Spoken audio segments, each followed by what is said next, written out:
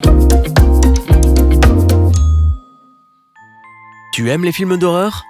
Tu sais, ceux où les personnages empruntent toujours le mauvais chemin et finissent dans un endroit abandonné plein de dangereux secrets ? Eh bien, les cimetières remplis de choses indésirables existent bel et bien. De même que des villes fantômes entières.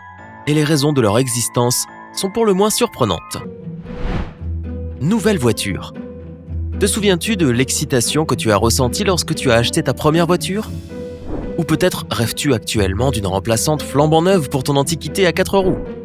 Eh bien, il existe de nombreux endroits dans le monde où des voitures parfaitement neuves, mais invendues, s'entassent comme des ordures sur des surfaces encore plus vastes que celles d'un aéroport.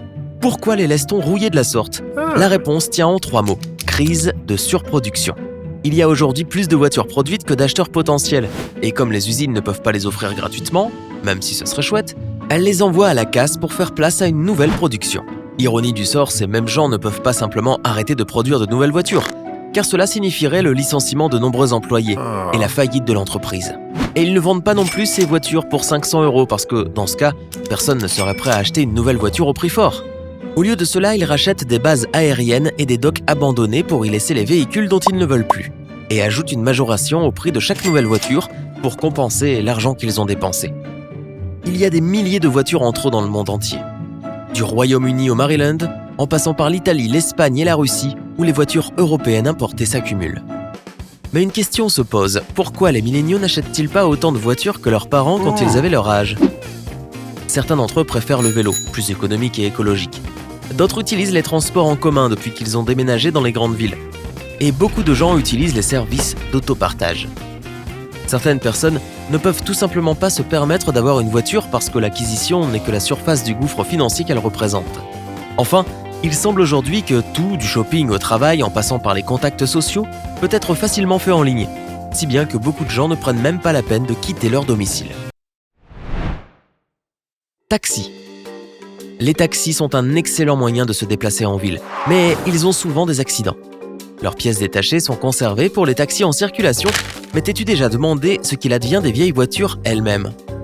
Elles finissent dans des cimetières de taxis. Cela arrive aussi aux taxis qui appartiennent à des entreprises qui font faillite.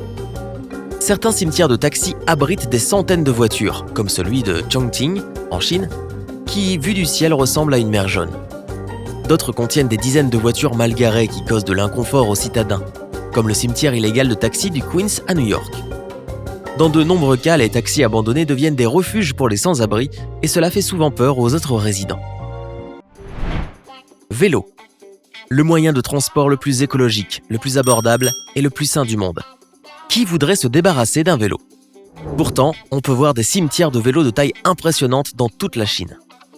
Ce n'est pas que les Chinois aient fini par détester les vélos et décidé de s'en débarrasser sans merci. En 2017, l'activité de vélo en libre service a pris son envol en Chine. L'idée est devenue instantanément populaire, si bien que de plus en plus d'entreprises ont commencé à proposer des vélos à partager en téléchargeant simplement une application mobile et en payant une petite somme d'argent. Ainsi, beaucoup de gens dans les grandes comme les petites villes ont commencé à déverrouiller l'un de ces vélos pour aller faire un tour. Mais une fois arrivés à destination, ils les laissent souvent n'importe où, et non aux bornes spécialement prévues à cet effet. Ajoute-y les vélos cassés et endommagés et tu comprendras pourquoi les villes chinoises, en particulier Pékin ou Shanghai, ont été inondées de vélos. Pour remédier à la situation, les policiers ont décidé de sortir les vélos abandonnés de la ville, créant d'immenses cimetières de vélos à la campagne, abritant des milliers de bicyclettes. Autobus. Les vieux autobus qui ont longtemps rendu service, mais qui ne fonctionnent plus comme moyen de transport, ont des utilisations différentes à travers le monde. Certains d'entre eux deviennent des refuges pour les sans-abri, d'autres sont transformés en objets d'art ornés de graffitis. En Ontario, un homme qui en avait plusieurs à sa disposition les a alignés et en a fait une clôture. Et dans les Appalaches aux États-Unis, beaucoup de gens ont acheté de vieux autobus scolaires des années 50 aux années 70. À l'époque, lorsque ceux-ci n'étaient plus aptes au service, ils étaient vendus aux enchères publiques. Mais pourquoi quelqu'un voudrait-il acheter un vieux bus ? La population locale les utilisait en fait pour stocker des choses après les avoir remorqués près des fermes. Cette pratique appartient désormais au passé, mais il y a encore des autobus scolaires abandonnés dans les cours des agriculteurs. Train. Tu as peut-être déjà vu des trains abandonnés près des gares de triage. Certains wagons rouillent ou sont défectueux et attendent simplement d'être réparés. D'autres sont laissés là parce qu'on les utilisait sur des chemins de fer qui n'existent plus. C'est le cas de la West Branch Railroad dans le Maine, par exemple. La compagnie a opéré entre 1927 et 1929 mais n'a existé que pendant ces 2-3 années. Les autorités locales ont estimé que les locomotives ne valaient pas la peine d'être transférées sur une autre ligne, et elles ont donc été laissées dans des bois où l'on peut encore les trouver. Cabine téléphonique rouge. Il n'y a pas que les véhicules abandonnés qui s'entassent. Tout aussi britanniques que le thé et les bus à Impérial, les fameuses cabines téléphoniques rouges se retrouvent également au milieu de nulle part de nos jours. Il est évident qu'à l'ère des smartphones, les cabines téléphoniques ne sont presque plus jamais utilisées pour communiquer et sont plutôt devenues une attraction touristique. Les garder ne sert à rien, si bien que beaucoup d'entre elles finissent dans le petit village de Carlton Mignot, dans le nord de l'Angleterre. Il y en a là des centaines qui attendent leur décomposition naturelle. Cependant, elles ne connaissent pas toute une fin aussi triste, puisque certaines sont restaurées et jouissent d'une seconde vie. Une fois de retour en ville, elles sont utilisées dans les restaurants, les bibliothèques, les boutiques de fleurs et autres endroits publics. Ville. Maintenant que nous avons vu des cimetières pleins de voitures, de vélos et de trains, peut-on imaginer des villes entières abandonnées? Et on ne parle pas de petits villages perdus dans les montagnes.